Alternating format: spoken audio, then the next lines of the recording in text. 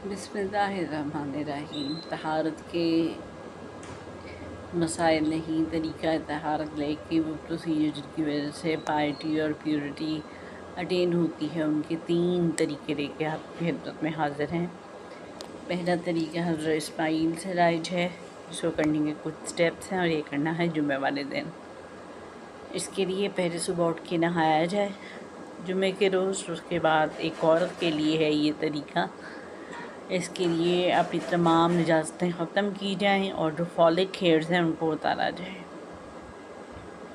Dove shampoo دیا جائے جو سفید رنگ کا ہو، اور اس سے اپنے سر اور ماتھے کو دھویا جائے۔ ماتھے پہ فرنجز ہیں تو ان کو دھویا جائے۔ سائڈ کٹنگ ہے یا کوئی بھی آگے آپ جوڑا بناتی ہیں اس کو دھویا جائے۔ اس کے بعد آپ جسم کو صاف کرنے کے لیے ڈو سوپ یوز کرنا ہے۔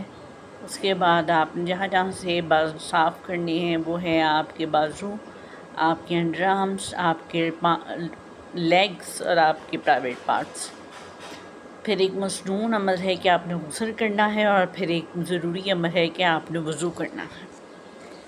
اب اس کا طریقہ کیا ہے؟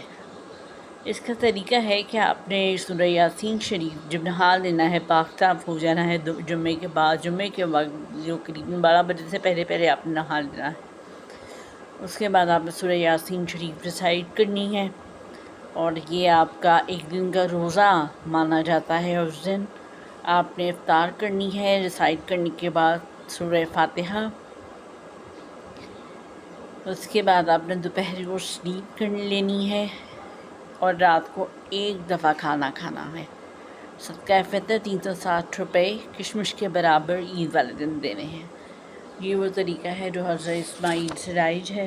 اس کے بعد ایک انسان مکمل پاک ہو جاتا ہے۔ یہ طریقہ رائج ہے جناب اسماعیل علیہ السلام سے۔ میں آپ کو دوبارہ دہرا دیتی ہوں، آپ سن لیں۔ آپ نے ایک دن کا روزہ رکھنا ہے، صبح اٹھ کے نہانا ہے۔ نہانے کے لیے جسم پہ جو ہے وہ یوز کرنا ہے ڈو شیمپو، ڈو صابن یوز کرنا ہے۔ فالک ہیئرز اتارنے ہیں، جسم کے سارے بال اتارنے ہیں۔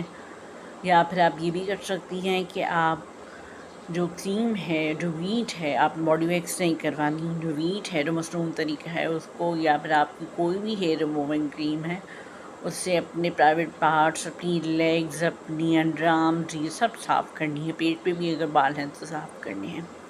ایک دن کا روزہ رکھنا ہے، اور اس کے بعد آپ نے دوپہر کو جو ہے وہ سورہ یاسین شریف کی تلاوت کرنی ہے۔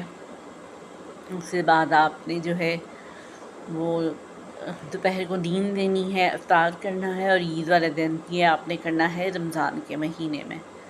عید والے دن آپ نے 360 روپے کیشو نٹس کے حساب سے، جسے کہتے ہیں ہم